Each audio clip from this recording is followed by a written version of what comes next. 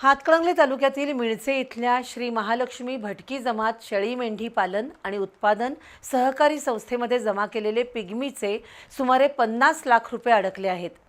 संस्थेकडून सभासदांना पैसे देण्यास टाळाटाळ होत असल्याची लेखी तक्रार खुद्द पिग्मी एजंट ओम सोमाजी वाकसे यांनी दुग्ध विभागाच्या सहाय्यक निबंधकांकडे केली आहे।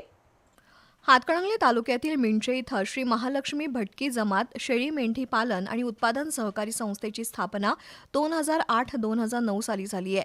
या संस्थेकडून परिसरातून पिग्मी गोळा करण्यासाठी 2015 सालापासून ओम सोमाजी वाकसे याची नेमणूक केली होती। तो मिंचेसह सावर्डे पेठवडगावमधून दररोज पिग्मी गोळा करत होता।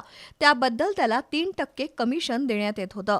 गोळा झालेली पिग्मी जमा करून संस्थेतील सेक्रेटरी पद्मश्री धन्यकुमार देसाई आणि क्लार्क स्वाती सुभाष कागले यांच्याकडून वेळोवेळी पावती घेतली जात होती। 2018 ते 2025 पर्यंत पिग्मी एजंटाचे दिलेले 3% कमिशनमधील 1% कमिशन प्रमाणे 8,37,040 रुपये संस्थेचे संस्थापक अध्यक्ष प्रवीण वाकसे परत मागत आहेत। त्याचबरोबर काही पिग्मी धारकांना 500 रुपयांचा स्टॅम्प आणि 2 जामीन घेऊन कर्ज दिली आहेत। तो व्यवहार संस्थेनं केला आहे। या व्यवहाराशी पिग्मी एजंट ओम वाकसे याचा काहीही संबंध नसताना खातेदारांना कर्ज म्हणून दिलेली 23,65,750 रुपयांची रक्कम आणि कमिशनमधील 8,37,040 अशी एकूण 32,02,790 रुपये प्रवीण वाकसे परत मागत आहेत। तसंच दमदाटी करत आहेत। पिग्मी धारकांचे 55 लाख रुपये गेल्या 6 महिन्यांपासून परत मिळालेले नाहीत। ते देण्यास टाळाटाळ होतीये।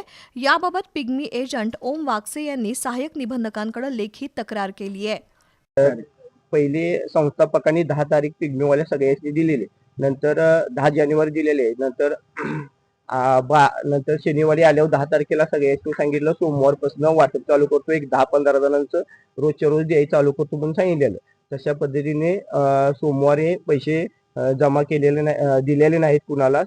आणि मंगळवारी सगळीजण आणि पिग्मीवाली तिने आलीत, तर संस्थापक घरात नव्हते, नंतर सेक्रेटरी मॅडम बी घरात नव्हती, माणसं घराकडे गेलती त्यांच्या।